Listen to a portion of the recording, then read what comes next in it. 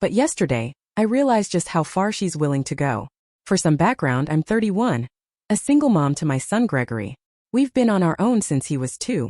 His father moved across the country for a so-called fresh start and sends Gregory a birthday card with $20 inside twice a year. Once at Christmas, once on his birthday. Sometimes he remembers. Sometimes he doesn't. I've been working at the same company for 4 years in an administrative position. Covers the bills but just barely. Between rent, childcare, and Gregory's asthma medication, I'm constantly juggling everything. For the past 6 months I've been putting in extra hours, taking on every special project I can, doing everything in my power to position myself for a promotion to executive assistant. That role would mean a bump in salary, not life-changing money to most, but for us it would mean the difference between stressing over every grocery trip and finally being able to breathe. My boss, Andrew, had been hinting for a while that I was the frontrunner for the position. Finally, he scheduled my interview for Friday at 2 p.m. I had everything planned down to the minute. Gregory would be at school, and I'd take a long lunch for the interview and be back at my desk by 3:30. But then everything fell apart. On Wednesday night, Gregory started coughing. Not his usual cough, the deep, harsh barking kind that always signals an asthma flare-up. By Thursday morning, he had a fever of 101.3. There was no way he could go to school on Friday. I called in sick on Thursday and took him to the pediatrician. The doctor prescribed a steroid and told me Gregory needed at least 48 hours of rest. When we got home, I called my mom. That's where I made my first mistake, assuming she would be willing to help under the circumstances. My parents live about 25 minutes away, in the same suburban neighborhood where I grew up. My dad is semi-retired, and my mom doesn't work at all. They go out to dinner multiple times a week, take weekend trips to their lake house, and generally live a pretty easygoing life. Emotionally, they've always kept a distance, but on rare occasions, they've watched Gregory in emergencies. So I explained everything. My son was sick, I had a once-in-a-career interview, and I just needed 2 hours of help. There was a long pause on the phone before my mother finally replied, and I wish I was making this up. She said, "Oh honey, this weekend's not good for us. Your father and I are going to the Williams anniversary party on Saturday, and I need Friday to get my hair done and prepare. You know how these things are." I reminded her this promotion would mean stability for her only grandson. I wasn't asking for the whole weekend, just 2 hours on Friday afternoon. Just 2. She sighed that familiar, exhausted sigh I've heard my entire life, and said she couldn't rearrange her plans on such short notice. Then she added, "Maybe this is a sign that you need to reevaluate your priorities as a mother." I hung up before I said something I couldn't take back. I then called everyone else I could think of, friends, neighbors, even the parents of Gregory's classmates. But with such short notice and him being sick, no one was available. I left a message with ISA and HR explaining my situation and asking if we could push the interview to Monday. Friday morning, I got my answer. Andrew's schedule was full the next week, and Juliet from HR explained that they had to make a decision by Tuesday. The interview had to happen Friday or not at all. I was devastated, but I replied that I understood and would have to withdraw from consideration. That Friday, Gregory spent most of the day on the couch, drifting between cartoons and naps while I tried not to break down thinking about what I had just lost. Around 4 p.m. my phone buzzed. A text from my mom. "How did the interview go? Did you make it work?" I stared at my phone stunned. It was like she had completely forgotten our conversation. Or maybe in her mind I was supposed to find some magical solution without her help. I didn't reply. Saturday morning she texted again. "We're heading to the Williams party. You and Gregory should come by for dinner tomorrow. I'm making pot roast." As if nothing had happened. As if she hadn't just cost me something I'd worked toward for months. On Sunday morning, while Gregory was watching TV, I finally called her. I told her we wouldn't be coming for dinner, and that I was deeply hurt by her refusal to help when I needed her the most. Her response? "You can't expect me to drop everything every time you have a crisis. I raised you. Now raising Gregory is your job." The conversation spiraled quickly. I reminded her that since Gregory's dad left, I'd only asked for her help maybe 5 times. She shot back, listing every birthday and Christmas gift they've given Gregory. As if material presents made up for a total lack of actual support. I brought up how I'd helped them countless times, setting up their smart TV, driving my dad to physical therapy after his knee surgery last year, moving furniture when they redecorated. She brushed it all off as things family just does. By the end of the call, I was shaking. I told her I needed space. That maybe it was time I stopped dropping everything for them when they never seemed to have time for me or Gregory. That's when she got quiet, and then said, Well, we were hoping you could help us with some expenses this month. Your father's medication costs went up, and with the property taxes. I couldn't believe what I was hearing. In the same breath where she refused to acknowledge how deeply she had hurt me, she was asking for money. Money I wouldn't have precisely because of the promotion I just lost because of her. I told her I couldn't help financially, not now. Not after everything. She mumbled something about how family should support each other. The irony of that statement didn't escape me, and hung up. Monday morning I got the official email. The position had gone to someone else, someone who had been able to show up to their interview. I sat in my car during lunch and cried for 20 solid minutes. Then I wiped my face and went back to work like nothing happened. That evening my dad called. He made small talk about the weather, some neighborhood gossip. Then he said, "Your mother told me about your conversation." He tried to smooth things over, saying she didn't mean to be unsupportive, but they really were hoping I could help with some bills this month. When I reminded him about the interview I had to miss, all he said was, "These things happen, honey. There'll be other opportunities." It's been 3 days since then. Gregory is feeling better and back at school. I'm back at my desk, watching the person who got the job I wanted learn the ropes. My parents have called twice, texted multiple times, all about when I can contribute to their expenses this month. I'm done. After years of giving without receiving, I'm finally setting boundaries. I texted them that I won't be able to help financially or otherwise for the foreseeable future, and I asked them to respect that. Their reply? "We're family. We're supposed to help each other." Yes, we are family, but apparently, that only applies when they need something from me. I don't know what happens next. Part of me feels guilty for cutting them off, but a bigger part of me feels like I should have done this a long time ago. Gregory keeps asking when we're going to visit Grandma and Grandpa, and I honestly don't know what to tell him. Edit. For those suggesting I should have brought Gregory to the interview. He was genuinely ill. He had a fever, could barely stop coughing, and I couldn't leave him alone. Taking a 6- or 7-year-old into a professional interview wasn't an option. First update. It's been just over 2 weeks since I posted, and I wanted to share an update, because things have taken a turn I honestly didn't expect, even knowing my parents' history. First, thank you to everyone who responded to my original post. Reading your advice and your stories gave me the confidence to stick to my boundaries. I didn't feel so alone. After I sent the text saying I couldn't help them financially anymore, they went completely silent for 3 days.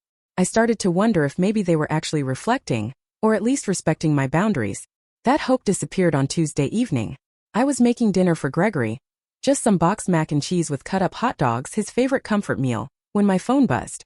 I figured it was Juliet from next door, maybe asking if I needed anything from the store. Instead, it was a message from my mother. Just a screenshot, no text, of an overdue credit card bill. The balance? $4,378.62. I didn't respond. 20 minutes later, another text. "We need help with this by Friday or they'll raise our interest rate." I stirred the mac and cheese and thought back to all the times I'd helped them financially. Last Christmas when they claimed they couldn't afford Gregory's gifts, but still managed a weekend ski trip in January. The emergency car repair last summer that turned out to be a sound system upgrade. Every time, they'd made it sound urgent and temporary. And every time, I dipped into my already thin savings. That night, I focused on dinner with Gregory. He'd been asking about his grandparents all week, and I'd just told him they were busy. I hate keeping things from him. He loves them, despite everything. And I don't want to drag him into adult problems. While we ate, he talked excitedly about his new solar system project at school. He was picked to be Jupiter, because it's the biggest and has the most moons. After he went to bed, I checked my phone again. 3 missed calls from my dad. 1 voicemail. His voice sounded tense. "Honey, call us back. This is important. Your mother is very upset." "Certainly. Here's your full text, carefully paraphrased and corrected into fluent, emotional, narrator-style storytelling prose. The tone is natural and conversational, suitable for a voiceover monologue. The structure, emotional journey, and length have all been fully preserved." I didn't call back. Instead, I sent a text to reiterate that I couldn't help financially. Not right now, especially after losing the promotion. Then I turned off my phone, put it on silent, and spent the next hour applying to jobs. That whole promotion fiasco had opened my eyes. 4 years of loyalty to the same company, and I was still so easily replaced. It was a painful reminder that I had to start putting Gregory and myself first. The next morning, I woke up to a long, almost novel-length text from my mother. She explained that most of their credit card debt had come from helping Gregory and me. That was news to me. While waiting for my coffee to brew, I pulled up my bank statements from the past year and started scrolling. In that time, the help they'd given included a $30 Target gift card for Gregory's birthday, a bag of hand-me-down clothes from my cousin's kid, which didn't even fit, and one dinner at Applebee's using a buy-one-get-one coupon, which they'd mentioned repeatedly like it was some grand gesture. Meanwhile, I'd given them $800 when their water heater broke. I'd spent over $200 on my dad's birthday gift and countless hours helping with everything from tech support to driving them to appointments when my dad couldn't drive at night due to cataracts. That day, I dropped Gregory off at school and headed to work, where I was tasked with training Ronnie, the guy who got the job that should have been mine. He looked genuinely uncomfortable about it and kept saying things like, "You really had this down. They should have waited for you." It was awkward, but I didn't blame him. None of this was his fault. Later, during lunch, my phone buzzed. It was an unfamiliar number. Hoping it might be a response from one of the jobs I'd applied for, I picked up. But it wasn't. It was my Aunt Isla, my mother's sister. Someone I speak to maybe twice a year, usually around the holidays. She launched into a speech about how worried she was for my parents and how, although she understood I might be going through a tough time emotionally, family has to stick together. That's when I realized my parents had already started reaching out to relatives, painting themselves as the helpless victims abandoned by their ungrateful daughter. I tried to explain what had actually happened, about the missed interview and the years of one-sided support, but Isla cut me off with, "Well, that's your perspective. Your mother says she's always been there for you." After that call, I found myself Googling how to tell if your parents are manipulative. I ended up spending my whole lunch break reading articles that felt like they had been written about my life specifically. That realization hit hard. This wasn't normal. Parents shouldn't make their children feel like they owe them forever. I ducked into the bathroom, cried for 5 minutes, then went back to my desk wearing the best, I'm fine smile I could manage. That evening, Gregory and I were at the playground when my dad pulled up in their SUV. Gregory spotted him immediately and ran over excitedly. My heart sank. I wasn't prepared for a confrontation, especially not in front of my son. My dad hugged Gregory and asked to speak with me for a minute. I sent Gregory back to the swings, keeping an eye on him, and turned to face my dad with my arms crossed. He looked tired, and for a moment, I felt that old familiar pang of guilt, the one they'd conditioned into me over a lifetime. Then he began, telling me how my mother had been crying herself to sleep ever since I shut them out. And then, as casually as anything, he asked if I was aware their homeowner's insurance was due next week. I cut him off and pointed out that he'd managed to drive 25 minutes just to guilt-trip me at a playground, but not to help when Gregory was sick and I needed him most. His face shifted, like the thought had never even occurred to him. We talked for about 10 minutes, during which he alternated between subtle guilt trips and outright financial requests. Eventually, I told him I had to get Gregory home for dinner, and that I'd think about what he said. The relief on his face was instant, like he thought he'd won. In his mind, "I'll think about it" had always meant "yes, I'll help," because that's how it had always gone before. That weekend my brother Damien called, rare since we usually just text. Like Aunt Isla, he'd also been contacted by our parents. But unlike her, he saw through it. "They pulled the same crap with me last year," he told me. He'd lent them money for a so-called plumbing emergency, only to see a Facebook post the following week celebrating their new patio furniture.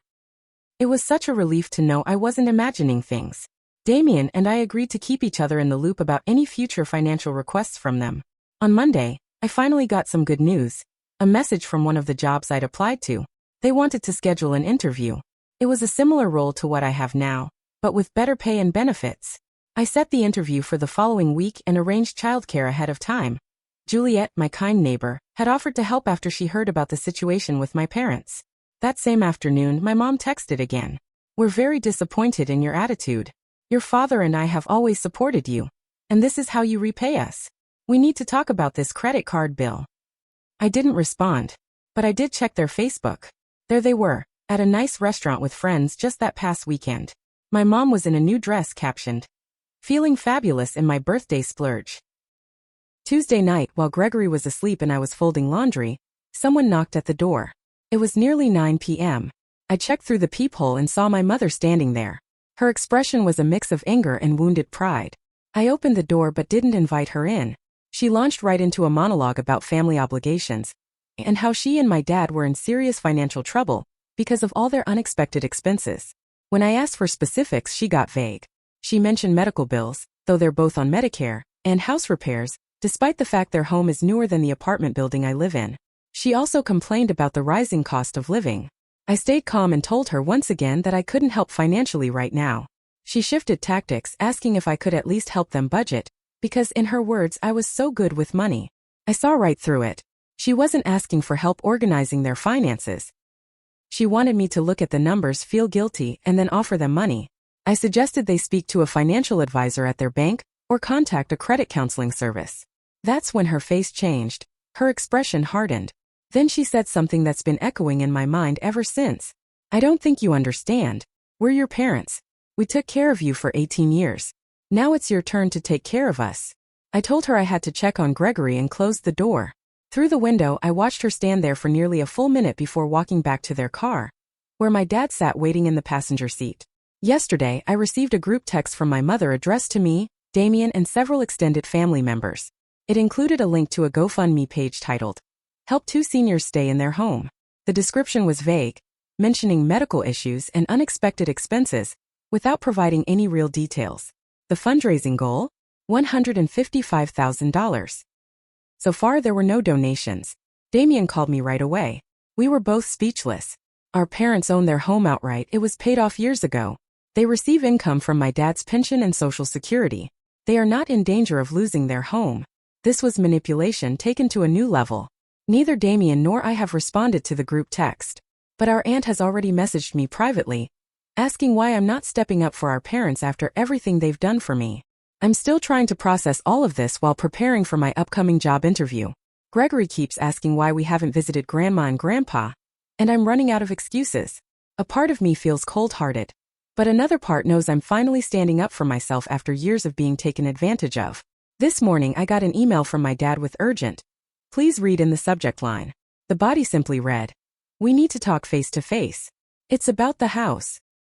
I have no idea what to expect next, but I'm trying to stay strong and hold my boundaries.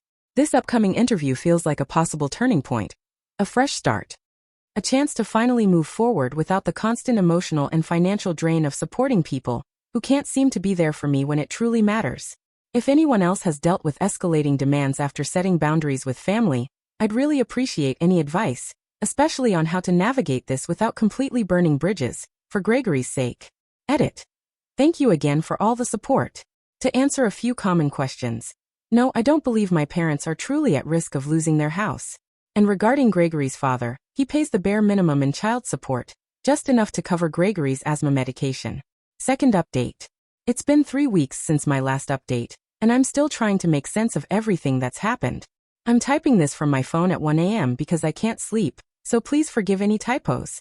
After my dad sent that urgent email about the house, I agreed to meet with them, but not at my apartment. I suggested the Starbucks near Gregory's school last Saturday morning. I figured a public place would help keep the conversation civil, and I could pick Gregory up from a sleepover right afterward. I arrived early and grabbed a table in the corner. They showed up 15 minutes late, typical. My mom had on her designer sunglasses and carried her Coach purse, the same one I helped her pick out for her birthday last year. My dad wore a golf shirt despite the chilly weather. Neither of them looked like people struggling financially. As soon as they sat down, they began talking over each other about how their mortgage company had been harassing them about missed payments. I interrupted and reminded them they'd told me, multiple times, that their house was paid off. There was an awkward pause. Then my mom admitted they had taken out a home equity line of credit 3 years ago. They used it to renovate the kitchen, take a cruise to Alaska, and cover various expenses. When I asked why they never mentioned this before, my dad mumbled something about not wanting to worry me. The truth came out. They'd only been making minimum payments, mostly covering interest, and now the bank was concerned about their repayment history. They weren't in immediate danger of foreclosure. They were just being told to make consistent, on-time payments. I felt a strange mix of relief and frustration. Relieved that they weren't actually losing their home, but frustrated that they'd let it get to this point and tried to manipulate me into bailing them out again. I asked about the GoFundMe, which at that point had collected $175 from 3 donors. My mom waved it off, saying it was just in case things got worse.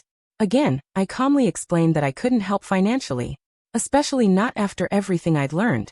I encouraged them to speak to a financial advisor or look into refinancing options. My dad began to protest, but I stood firm. The conversation ended with my mom quietly sniffling into a napkin and my dad silently staring at his untouched coffee. Sure, fluent language. I left feeling drained but oddly a bit lighter. Afterward, I picked up Gregory, who was brimming with stories from his sleepover, and we spent the rest of the weekend doing homework and watching movies. I tried to push thoughts of my parents out of my mind and focus instead on the upcoming job interview.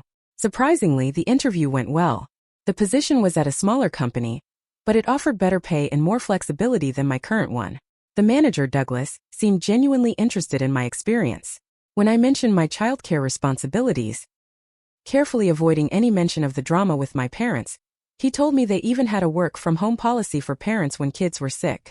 I tried not to get ahead of myself, but it felt promising. Then, last Tuesday, while I was making dinner and helping Gregory with his Jupiter project, he was painting a papier-mâché model, and our tiny kitchen table was a mess of newspapers and glue. My phone pinged with a text from my Aunt Isa. It was a screenshot of a Facebook post my mom had made. The post read, "Sometimes the hardest part of being a parent is watching your child make poor decisions. Praying for guidance during this difficult time." The comments were full of vague, sympathetic replies, with my mom responding cryptically about financial troubles and ungrateful children. My aunt had written beneath the screenshot, "What's going on? Your mom is posting concerning things." I didn't respond right away. Gregory and I finished his planet project, cleaned up the kitchen, and went through his usual bedtime routine. Once he was asleep, I started drafting several replies to my aunt, but ended up deleting them all. How could I possibly explain years of one-sided support, emotional manipulation, and guilt trips over a text? Instead, I messaged my brother Damon. He confirmed that he'd seen the post and had already called our mom out in the comments, but strangely, his comment had disappeared within an hour. The next evening, on Wednesday, I got the call I'd been hoping for. Douglas offered me the job, with a start date 3 weeks out to give notice at my current position.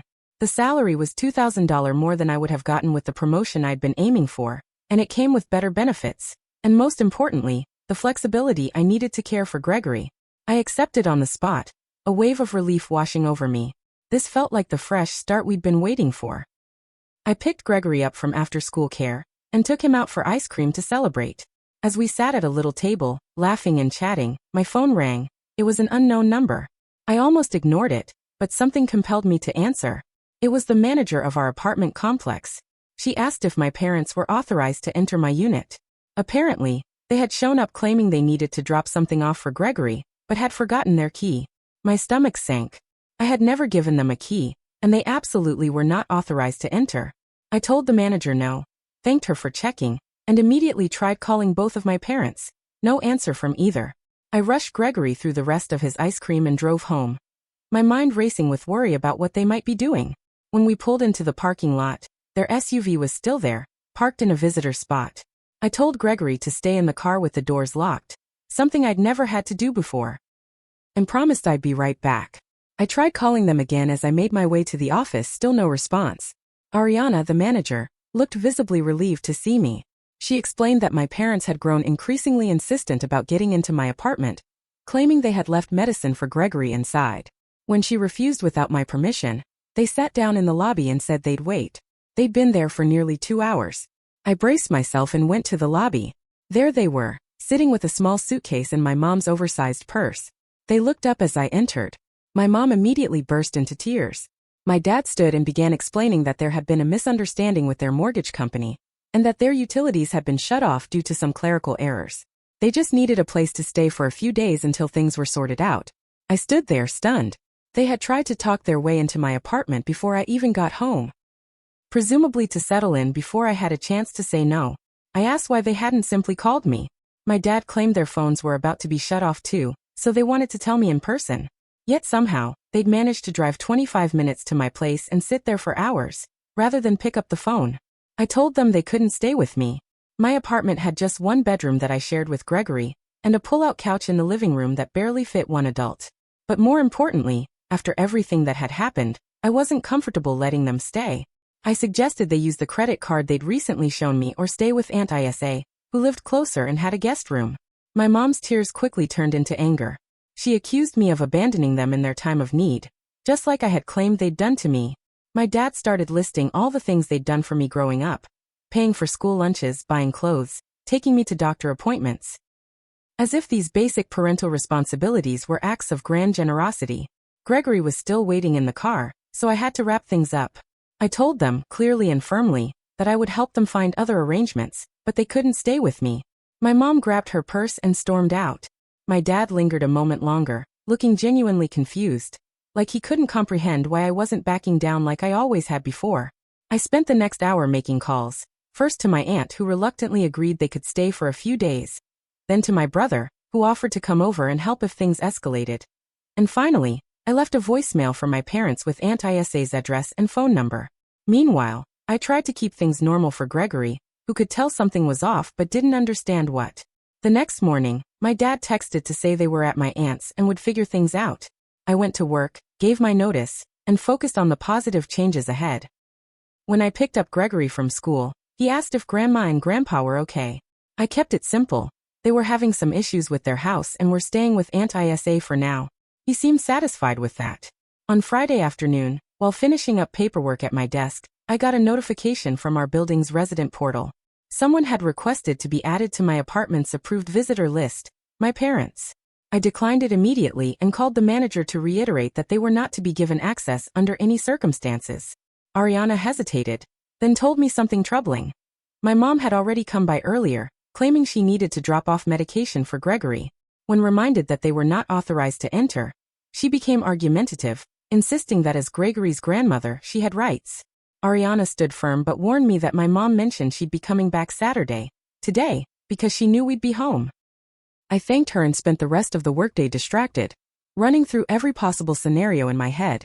When Gregory and I got home, I double-checked the locks and closed all the blinds, something I rarely do.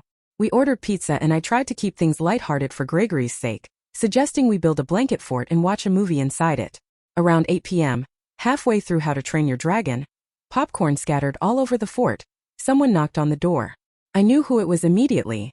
I told Gregory to keep watching and went to answer, carefully positioning myself so the door wouldn't open all the way.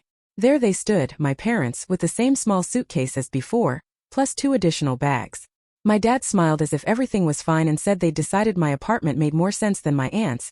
It had more space, not true, and was closer to their doctors, also not true. My mom looked past me, calling out to Gregory, who perked up at the sound of her voice. I stepped into the hallway, partially closing the door behind me, and told them directly. They could not stay with me. Not tonight. Not this weekend. Not just until things are sorted out. My mom's face went cold. Then she said something that sent a chill down my spine. We'll see what the police have to say about a daughter turning away her elderly parents with nowhere to go. The threat was so blatant I almost laughed.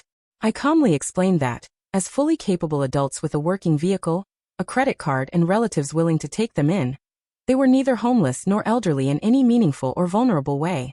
If they called the police, they'd be directed to social services, or right back to my aunt's. My dad, realizing the threat hadn't landed, switched tactics. He brought up Gregory's upcoming birthday, and how sad it would be if they couldn't attend or bring presents because they were living in their car. The manipulation was so transparent it made my stomach turn. I told them I needed to get back to Gregory, that I'd be temporarily blocking their numbers, and that they should return to my aunt's or get a hotel. Then I closed the door, locked it, and returned to our blanket fort, my hands trembling slightly. Gregory asked if Grandma and Grandpa were coming in. I told him they had just stopped by to say hello, but had to go back to Aunt Isa's. That seemed to satisfy him, and he turned back to the movie. I, on the other hand, spent the rest of the night on edge, jumping at every sound in the hallway. They knocked twice more before finally leaving. I checked through the peephole each time but never opened the door. Around 10 p.m., after Gregory had gone to sleep, I got a flurry of texts from both of them. Some were guilt-tripping. I guess 30 years of parenting means nothing. Others were angry. You'll regret this when we're gone. And some were bizarre, claiming they were now officially homeless, and that it was entirely my fault. I didn't respond. Instead, I texted my aunt, who confirmed they'd returned to her place, loudly complaining about my cruelty, but accepting her guest room nonetheless. This morning, I woke up to an email from my dad. Attached was a detailed list of everything they'd ever spent on me, from birth through college, with a grand total at the bottom that he claimed I owed them. The list included basic needs like food and clothing, even doctor visits, and unbelievably emotional labor, with an assigned dollar value. I'm not responding to that either.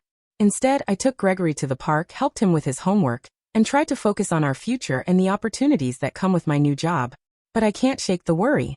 My parents have never taken no for an answer, and it's clear they're determined to make this my problem, whether I let them or not.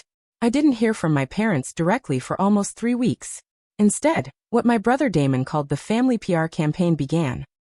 My aunt Isa, a handful of cousins, even a few of my dad's old bowling buddies reached out, each with some version of they're really struggling, or family should stick together. Around that time, about a month after my last update, I started therapy, something my new insurance thankfully covered. And honestly, it's been eye-opening. My therapist helped me see patterns I hadn't noticed before, or maybe had spent years trying not to. How I'd been conditioned since childhood to take on the emotional and financial well-being of my parents. How no was never treated as a full sentence in our family. How guilt was wielded like a tool anytime I tried to set a boundary or carve out some independence. I kept documenting everything, texts, emails, voicemails, just in case. And in late March, that preparation paid off. My parents had somehow convinced the staff at Gregory's school that they were authorized to pick him up for a doctor's appointment. Thankfully, the front office called me to confirm, and I managed to get there in time. When I arrived, they were waiting in the parking lot. My mom acted like it was all innocent, claiming they just wanted some quality time with their grandson. Afterward, I had a meeting with the school's administration. I showed them the documentation, every instance of manipulation and boundary crossing, and they responded by tightening their security protocols. That moment changed everything. I sent my parents a certified letter, formally stating that any further attempts to see Gregory without my direct permission would result in legal action. Writing that letter made my hands shake, but protecting Gregory came first. After that, they finally backed off, at least in person. Gregory, unsurprisingly, struggled with all of this. He misses his grandparents and doesn't fully understand why we don't see them anymore. I've tried to explain it in ways he can grasp, without vilifying anyone. We've had countless car ride conversations about how people we love can sometimes make unhealthy choices, and that it's okay to still love someone but need distance from them. I don't know how much of it he really understands, but he seems to be adjusting. Oddly enough, all of this has brought my brother and me closer. Damon and I were never particularly tight. He's 5 years older and moved to a different part of the state after college, but dealing with our parents' behavior has created a kind of bond between us. He visits once a month now, and Gregory absolutely adores his cool uncle who shows up with card tricks and comic books. In April, through family chatter, I found out that my parents had in fact fallen behind on their mortgage. But not because they were financially ruined. They'd simply been prioritizing credit card spending over their housing payments, assuming they could make up for it later. My aunt, who has unexpectedly become supportive since seeing the full picture, told me they eventually worked out a payment plan with the bank. They were never in danger of losing their home. The whole thing had been just another form of manipulation. She also let slip that my mom had been furious when I landed the new job. Apparently, she'd been counting on my guilt as a consistent financial lifeline, and my newfound assertiveness had derailed their plans. I wish I could say I handled all of that with perfect emotional clarity, but that wouldn't be honest. There have been nights I cried after Gregory fell asleep, questioning whether I was doing the right thing. I've typed out long messages trying to explain my side, only to delete them unsent. There have been moments when Gregory did something sweet or silly and I instinctively thought, Mom would love this, before reality hit me again. The hardest parts have been birthdays and holidays. Gregory turned 8 last month, and asked if Grandma and Grandpa would be coming to his party. I had organized a small celebration at the local bowling alley with a few of his school friends. When I told him they wouldn't be there, his face fell for a brief second. Then he bounced back, excitedly talking about the cake. That split-second look on his face broke my heart. I did send them photos from the party, through my aunt. I'm not trying to erase them from his life entirely. I just need to enforce boundaries around direct contact until I can feel safe about their involvement. And then just yesterday something unexpected happened. It was a quiet Saturday morning, and I was making pancakes, our weekend ritual, when my phone rang. It was my dad's number. I almost let it go to voicemail, but for some reason I answered. His voice sounded different, softer, less defensive. He asked how we were, and for the first time in recent memory, he actually waited for my answer instead of launching into his own troubles. I gave polite, non-specific responses. Then he told me something I never expected to hear.